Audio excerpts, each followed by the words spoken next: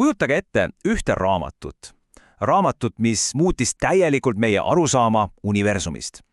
Nüüd kujutage ette, et selle kohta on levinud müüt, et tegelikult keegi ei lugenudki seda. See siin on lugu ühe mehe uskumatust 30 aastat kestnud detektiivitööst, et see müüt lõplikult murda.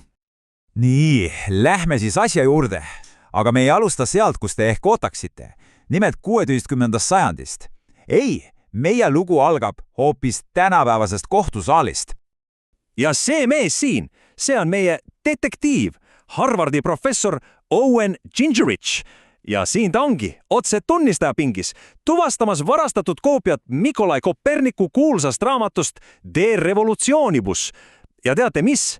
Tänu oma aastate pikkusele tööle oli just tema ilmselt ainus inimene maailmas, kes seda nii kindlalt teha suutis.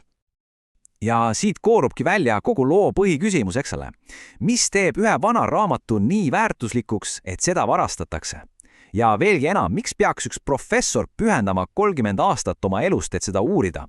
Just see küsimus saatiski Gingerichi teekonnale, mis purustas ühe ajaloos suurima müüdi. Nii et liigumegi nüüd kohtusaalist edasi ja võtame ette selle lahendamata juhtumi, mida me tegelikult uurime, ühe uskumatult visa ajaloolise müüni.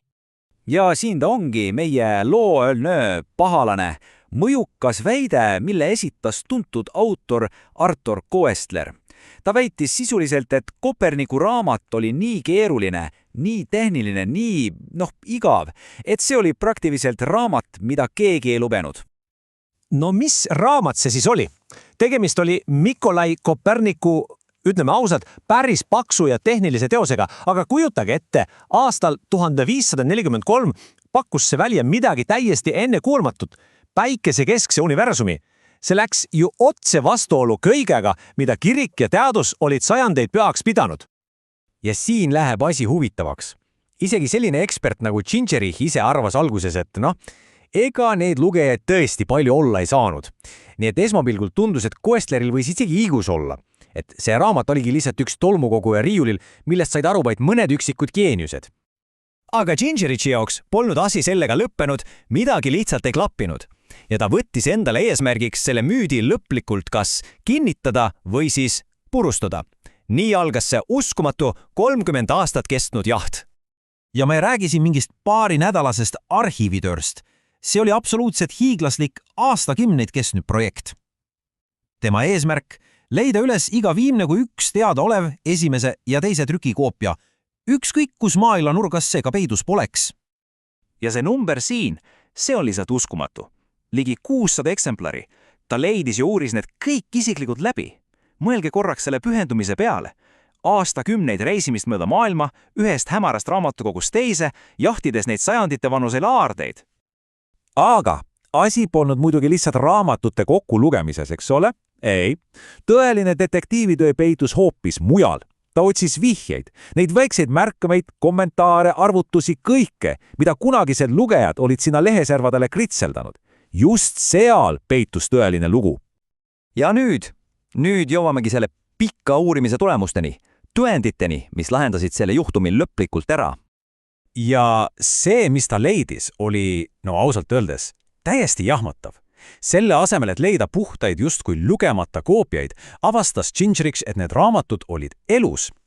Leeservad olid paksult täis märkmeid, parandusi ja isegi tuliseid vaidlusi Koperniku endaga. Need polnud mingid tolmunud muuseaalid, vaid aktiivselt kasutavatel tööriistad. Ja kes need lugejad siis olid? See nimekiri on isegi veel üllatavam. Selgus, et seda ei lugenud sugugi ainult käputäis tippastronoome. Ei, omanike seas oli pühakuid ja ketsereid, muusikuid ja isegi uskuge või mitte hilisemate aegadest pärit filmistaare. See näitab, kui uskumatult laia mõjuga see teos tegelikult oli. Ja inimesed ei lugenud seda raamatut niisama passiivselt noogutades.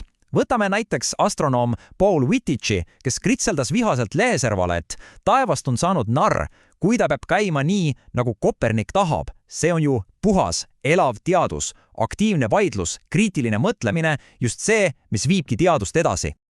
Ja need märkmed tegid raamatutest ka väga isiklikud. kujutage ette, üks lugeja oli sinna vahele sirkeldanud märkuse, et nägi oma silmaga 2 ükssarvukut. See on ju fantastiline. See näitab, et need raamatud ei olnud mingid kuivad teadustekstid, vaid osa oma omanike kirevast ja vahel ka veidrast maailmast. Nii et lõpuks oli pilt täiesti selge. Tõendid olid lausa ülekaalukad. Gingerichi töö tõstas mustvalgel, et The Revolutsiooni bus polnud mingi unustatud teos. Vastupidi, see oli just see sede, mis sütlas terve teadusrevolutsiooni leegi. Raamat, mida ajastus suurimad mõtlejad lugesid, analüüsisid ja mille üle tuliselt vaidlesid. Ja siin on see lõplik võimas kohtuotsus Koestleri müüdi kohta otse Gingerichilt endalt. Tal ei olnud õigus. Ta eksis rängalt. See niinimetatud raamat, mida keegi ei lugenud, oli tegelikult raamat, mis muutis absoluutselt kõike. Ja see kõik paneb mõtlema, eks ole. See lugu näitab ju nii ilmekalt, kui oluline on mitte pimesi uskuda üldtunnustatud lugusid, vaid ise uurida ja küsimusi esitada. Nii et ma jätan teid selle mõttega. Millised teised ajaloo faktid on tegelikult lihtsalt müüdid, mis ootavad oma detektiivi?